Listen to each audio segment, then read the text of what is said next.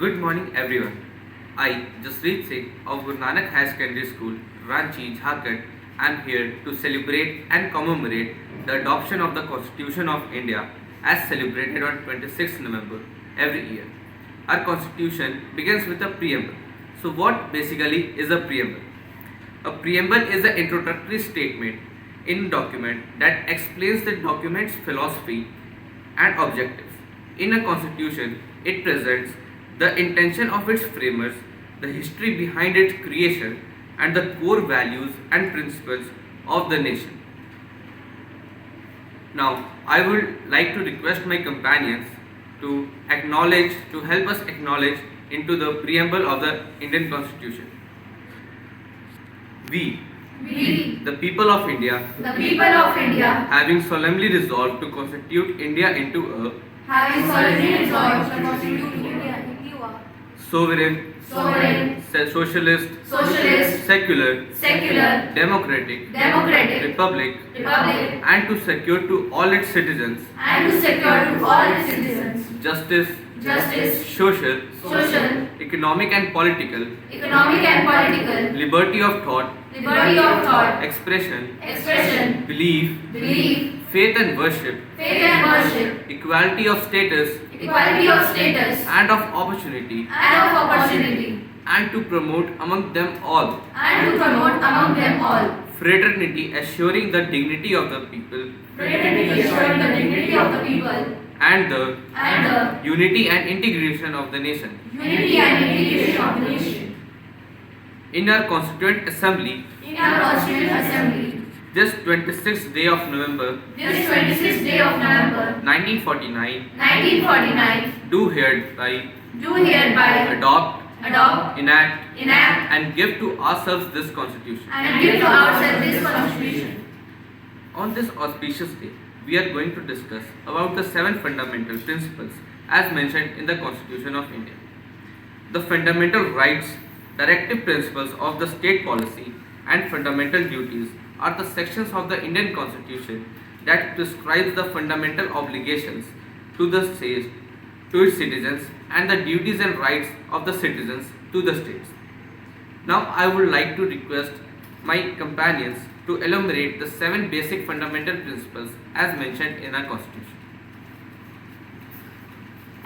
I, Kashmala Sajmi, going to discuss about the first fundamental principle, humanity. Humanity tries to prevent and alleviate human suffering wherever it may be found. Its purpose is to protect life and health and to ensure respect for the human being. It promotes mutual understanding, friendship, cooperation and respect among all. It also protects life and health and to ensure for the human being. The member of different NGOs who work towards humanitarian objectives. They should seek to prevent and alleviate human suffering wherever it may be found. The NGO staff must also be committed to promoting mutual understanding between individuals, communications and nations. The action and the attitudes of the NGOs towards individuals and towards the various groups which make up the population are an essential part of achieving these objectives. By promoting tolerance and mutual understanding and by acting with humanity, the different welfare societies in our countries also help to prevent or alleviate conflict. As example, I can say, during this period of COVID, India was one of the countries who developed the vaccine. India has supplied over 720 lakhs doses of COVID-19 vaccine to 94 countries and supplied COVID-19 related medical and other assistance to over 150 countries since the beginning of the pandemic. Thank you.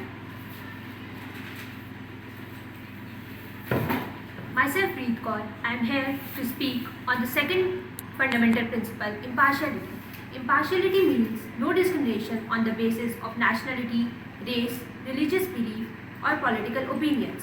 Impartiality is a principle of justice holding that decisions should be based on the objective criteria rather than the basis of bias, prejudice, or preferences of one person.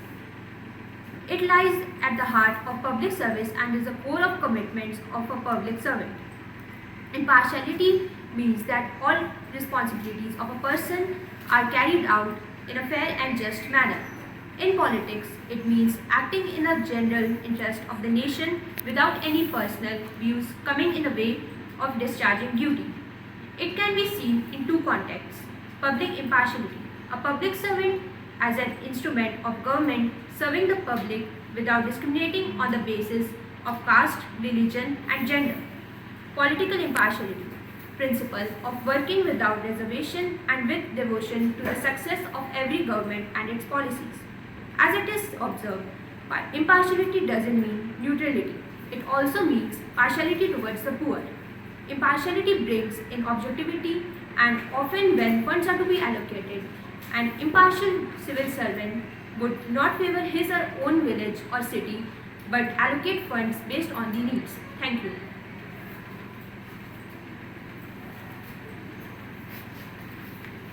Myself, Riddhi Bhatia. I am here to speak about third fundamental principle, independence. The movement is independent. The national societies, while auxiliaries, is a humanitarian services of their governments and subjects to the laws of their respective countries, must always maintain their autonomy so that they may be able at all times to act accordance with the principle of the movement. National societies must remain independent of governments and other organizations and must be seen to be so. The society must of course work within the law and will sometimes cooperate with the government to provide humanitarian services, but volunteers and staff must work to maintain the autonomy in our country, independence, which allows it to uphold the movement's fundamental principles and makes it possible to recruit from the provide services to all sections of the community, including those which may oppose the government. Thank you.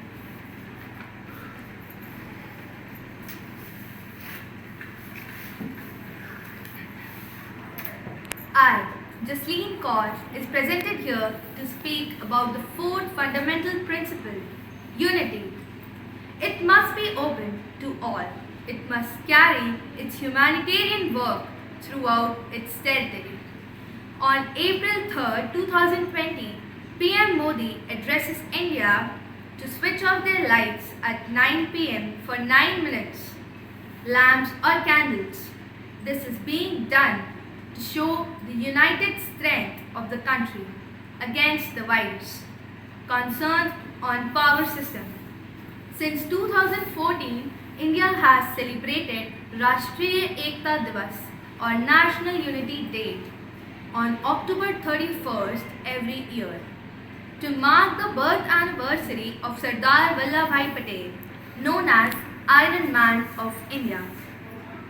Rashtriya Ekta Divas 2022 marks the 147th birthday of Sardar Vallabhbhai Patel. The Union Ministry of Home Affairs announced in 2014 that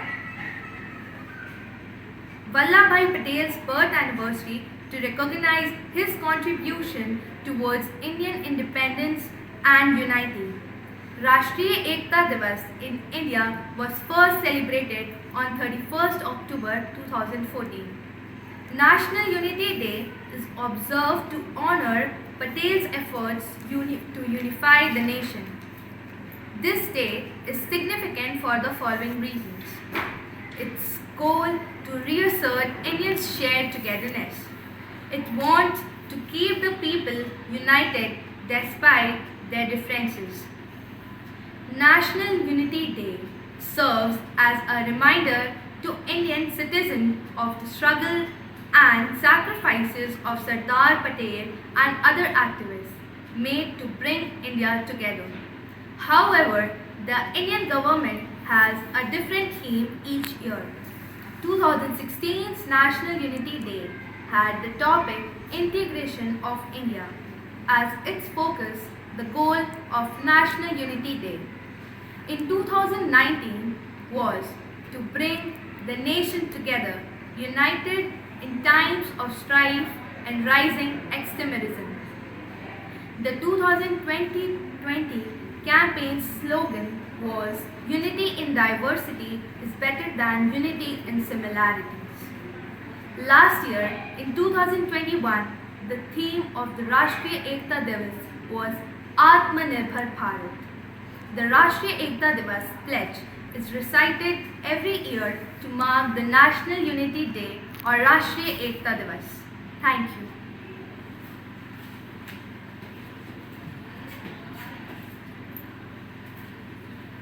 I, Kartik Sharma, is here to discuss about neutrality.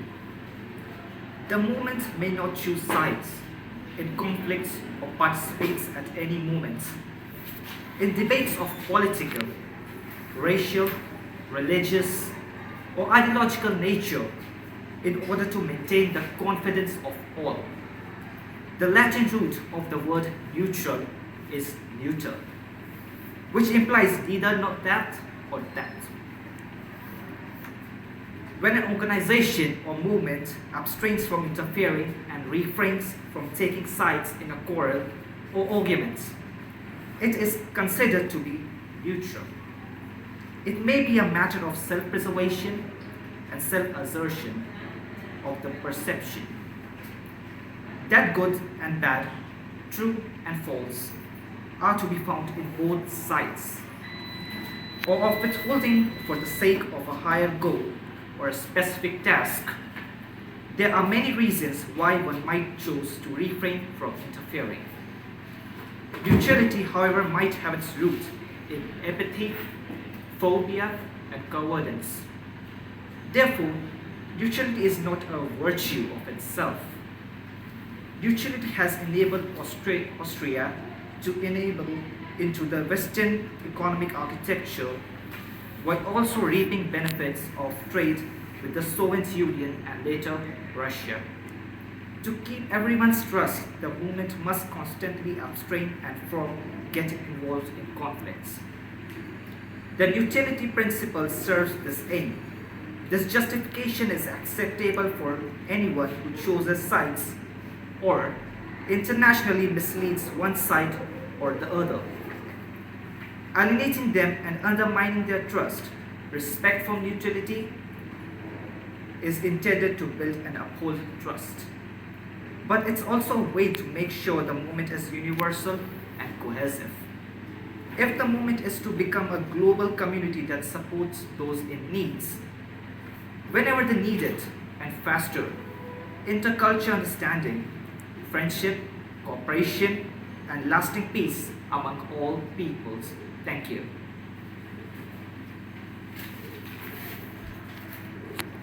I, Harshita Bhargav, am here to speak about the 6 fundamental principles voluntary services.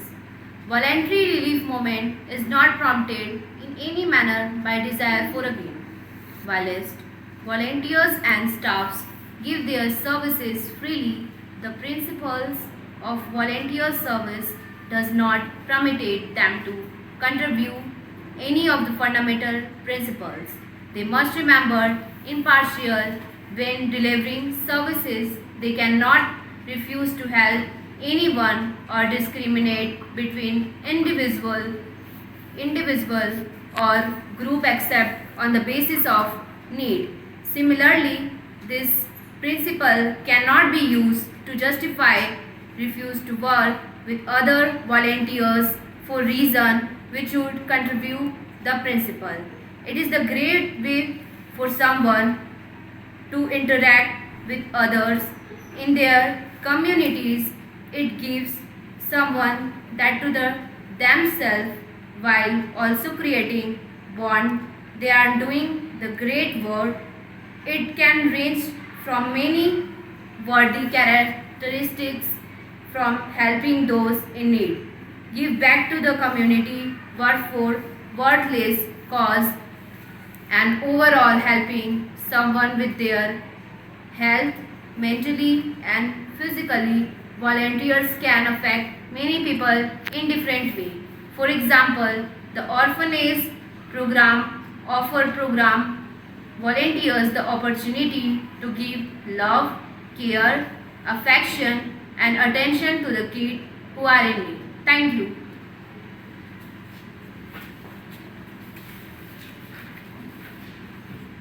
I, Gurjot Singh, going to speak about the seventh fundamental principle, that is universality. Human rights are universal and inalienable, indivisible, interdependent, and interrelated. They are universal because everyone is born with and possesses the same rights, regardless of where they live, of their gender or race, or their religious, cultural, or ethnic background. Human rights are universal and inalienable because all people everywhere in the world are entitled to them. The universality of human rights is encomposed in the words of Article 1 of Universal Declaration of Human Rights. All human beings are born free and equal in dignity and rights. Humans, by their virtue of being human, possess certain basic and inalienable rights which no one can be deprived of. These rights are associated with natural laws. These laws provide suitable conditions for human beings, increase their standard of living, and uplift their morality of the people. According to D.D. Basu, human rights are those minimum rights which every individual must have against the state or other public authority, irrespective of any other consideration. The UDHR, Universal Declaration of Human Rights, proclaims the human rights as a common achievement for all people and the nations. It is true to state that the provision of UDHR are not binding the states or nations, but it provides certain guidelines to the nations, and its provision affects the different constitutions of nations. World's longest written constitution, that is the Indian Constitution, which was adopted on 26th of January 1950, has the greatest impacts and influence of provisions of UDHR. Indian Constitution generally preserves the values set down in the UDHR provisions.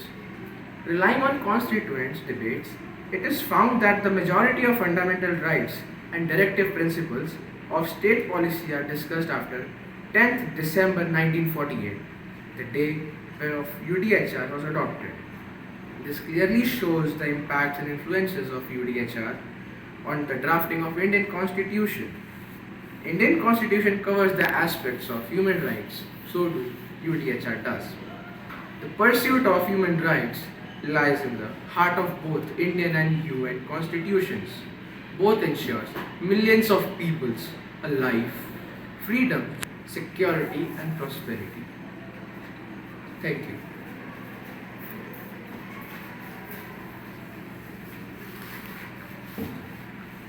I would like to thank all my companions for sharing their views on their respective topics. Finally, I would like to conclude that fundamental rights enshrined in the Indian Constitution are like a guarantee, which means as long as they exist in the Indian Constitution, democracy will prevail and all Indian citizens can be assured of the protection of their basic rights. Thank you.